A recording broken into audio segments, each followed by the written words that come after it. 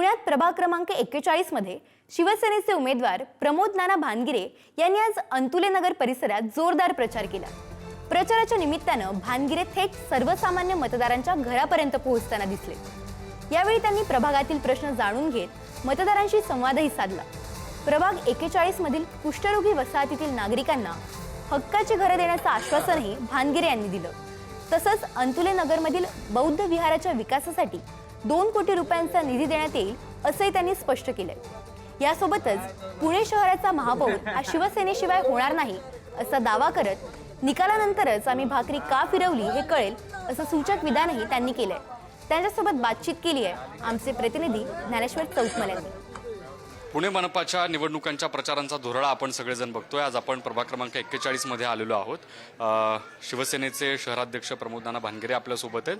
प्रभाग 41ल्या अंतुल नगरच्या या सगळ्या परिसरामध्ये तुम्ही फिरताय, कशा पद्धतीनं इथल्या लोकांच्या समस्या तुम्हाला दिसतायत, काय तुम्ही आश्वस्त कराल, काय आश्वासन द्याल इथल्या सगळ्या लोकांना? असे काही वसाहत त्यातली एक वसाहत या ठिकाणी कुष्ठरोगी बांधवांची आहे। त्यामध्ये आम्ही सर्वे केल्यानंतर असं लक्षात आलं की त्यांना आम्हाला त्या ठिकाणी जागेवर त्यांचं हक्काचं घर कसं त्यासाठी आम्ही महाराष्ट्र राज्याचे माजी जे मुख्यमंत्री आणि शिवसेना पक्षाचे मुख्य नेते ह्यांना येथे आम्ही पत्राद्वारे कळवले। त्यांची बी एक ठिकाणी व्हिजिट होणार आहे। त्या नागरिकांना याच ठिकाणी कुष्ठरोगी बांधवांना या ठिकाणी घरं हक्काची घरं मिळून देण्याचे काम पहिल्यांदा आम्ही चारही निवडून आले नगरसेवक। त्याचबरोबर या ठिकाणी आम्ही बौद्ध विहारात थांबलेलो आहे। ह्या बौद्ध विहारासाठी 2 कोटी रुपयाचा निधी या पहिल्यांदा निवडून आला। पहिल्या अर्थसंकल्पामध्ये या ठिकाणी 2 कोटी रुपयाचा निधी या ठिकाणी या बौद्ध विहाराला पकडला।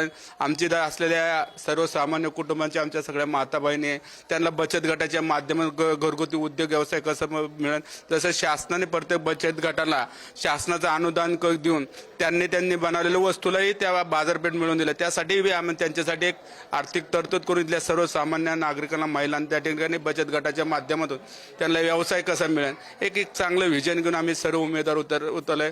निश्चितच आम्ही प्रत्येक ठिकाणी जात असताना नागरिकांमध्ये एक उत्साहाचं वातावरण आहे।